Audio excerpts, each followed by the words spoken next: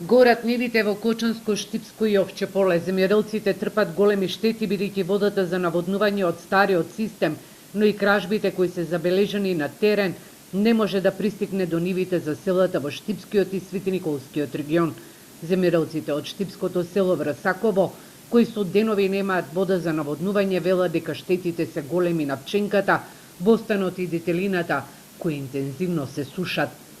Има луѓе, например, што ги поставиат цевките во своите ниви и гледат дека нема вода, да не се нервират повише, си ги собират цевките и си ги носат дома да знаат дека годината е завршена и нема да имат барем главоболки да прават други трошоци. А ние, еве за мене конкретно ќе кажам, дел од луцирките лани што сум ги наводнувал ги оставам за да спасам некоја пченка што можам да спасам, иначе другото се изгоре. Земјоделците од Штипското село Врасаково самите го имаат санирано дефектот на системот за наводнување, за да им пристигне водата во нивите. Забележуваат дека овој канал за наводнување е проектиран за 9 кубни метри вода во секунда, од кои 6 кубни метри се за културите во Овче поле. Но во моментов имаат само 10 сантиметри вода во секунда.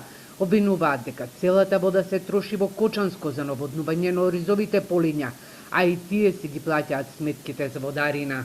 Сега добиваме информации дека добиваме, не знам да ги сванеме или заканувачки пораки, дека ако ни пуштат од Кочани, ќе наводнуваме, ако не, целата вода ќе оде за ориз. Јас мислам дека ако некоја фамилија има 3 деца, дека треба сите 3 да ја јадат, а не само едното. Кочани, значи, ако пуште вода ќе вадиме, ако не пуште не. Они си ги пунат оризите, целата вода оде рефус, таму знаеме како е и навака вие неколку стотици фамилии, зборам за Штипскиот и Светиниколскиот регион, ќе останат со празни раци. Вода за полнење на оризовите полиња нема ниту ваторот на селото Облешево. Оризопроизводителите бараат да се прогласи вонредна состојба, за да се воспостави ред при наводнувањето на земјоделските површини од Кочанско до Овче поле, бидејќи на терен владее анархија.